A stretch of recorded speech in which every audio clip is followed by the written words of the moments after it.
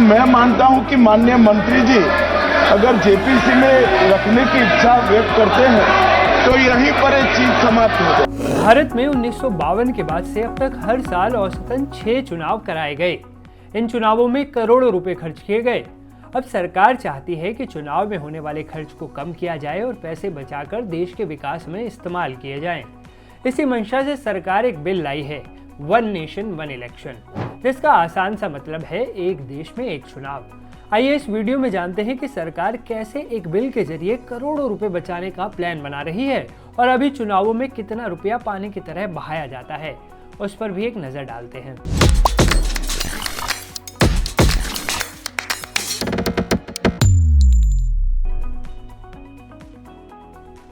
NDTV पर अपने नए वीडियो के साथ मैं हूं असीम।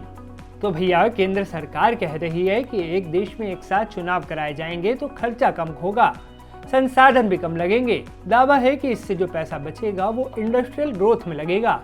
एक देश एक चुनाव लागू होने से देश की जीडीपी भी 1 से 1.5% बढ़ सकती है। तर्क ये भी है कि विधानसभा चुनावों में सरकार, उम्मीदवार और पार्टी का अलग अलग पैसा खर्च होता है, वो सब कम हो जाएगा। कम चुनाव होने से राज्यों पर वित्तीय बोझ भी नहीं पड़ेगा। वैसे अगर खर्च के आंकड़ों पर नजर डालें तो पता चलता है कि चुनावों में पानी की तरह पैसा बहाया जाता है। देश में आजादी के बाद साल 1951 में पहला आम चुनाव हुआ था। इस चुनाव में करीब 10.5 करोड़ रुपए खर्च किए गए थे। 2009 के लोकसभा चुनाव में 1114 करोड़ 40 लाख रुपए खर्च हुए थे। 2009 के मुकाबले साल 2014 में चुनावी खर्च करीब 3 गुना बढ़ गया।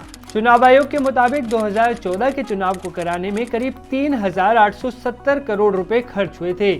वहीं 2019 के लोकसभा चुनाव में करीब 6,600 करोड़ रुपए का खर्चा आया था।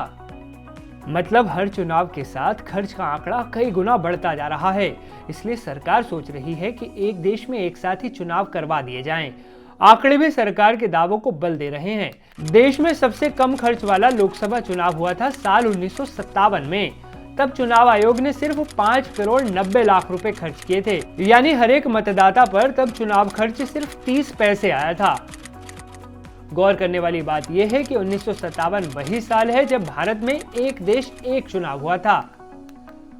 भारत की आजादी के बाद 1952, 1957, 1962 और 1967 में लोकसभा और विधानसभा के चुनाव एक साथ कराए जा चुके हैं। मतलब ये ऐसा पहली बार नहीं है कि सरकार एक देश एक चुनाव कराना चाहती है। अब यहाँ एक सवाल ये है कि चुनाव कराने का सारा खर्च कौन उठाता है? तो भैया, अक्टूबर 1989 में कानून और व्यवस्था मंत्रालय की ओर से जारी दिशा निर्देशों के मुताबिक केंद्र सरकार लोकसभा चुनाव की पूरी लागत वहन करती है। इसी तरह विधानसभा चुनावों का खर्च पूरी तरह से राज्य सरकार वहन करती है। लेकिन अगर राज्य और लोकसभा चुनाव एक साथ होते हैं तो लागत राज्यों और केंद्र के बीच बंट जाएगी। हालांकि विपक्ष का तर्क है कि भारत जैसे विशाल देश में ये संभव नहीं है, क्योंकि हर राज्य की अलग चुनौतियां हैं, उसके अलग मुद्दे हैं। आपको क्या लगता है, एक देश में एक चुनाव होना चाहिए या नहीं? कमेंट कर बताइए। और वन नेशन वन इलेक्शन से जुड़ी हर बड़ी खबर जानने के लिए बने रहें एनडीटीवी के साथ।